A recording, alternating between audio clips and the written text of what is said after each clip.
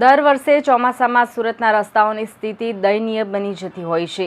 વાર્ષિક 10,000 કરોડ રૂપિયામાંથી કેટલાક કરોડ રૂપિયા રસ્તો બનાવવા કે તેની જાળવણી અને મરામત પાછળ વપરાતા હશે, પરંતુ દર ચોમાસે સુરતીઓને રસ્તો ઓછો અને ખાડા જ વધારે દેખાય છે. ઘણીવાર તો સમજાતું નથી કે રસ્તામાં ખાડા છે કે ખાડામાં રસ્તો, જેના વિરોધમાં આપ મેદાને આવ્યો.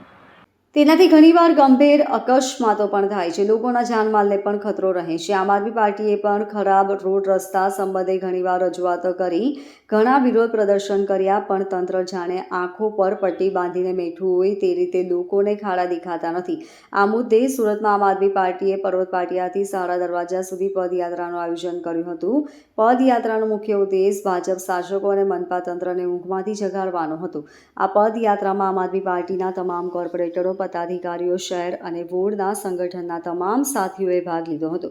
આમ આદમી પાર્ટી પ્રદેશ સંગઠન મંત્રી રામ ધડુકે ભાજપ શાસકોનો ઉઘડો લેતા જણાવ્યું હતું કે ભાજપ શાસકોએ 30 વર્ષથી વિકાસના નામે જનતાને ફક્ત ઉલ્લુ જ બનાવી છે.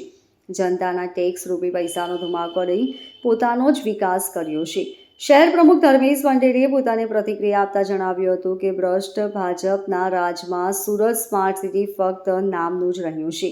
સુરત ખાડા સિટી બની ગયું છે. આમ સુરત મહાનગરપાલિકા તેમજ ભારતીય જનતા પાર્ટી પર રસ્તા બાબતે આકરા પ્રહારો કર્યા હતા. Bureau report, LK star news, Surat.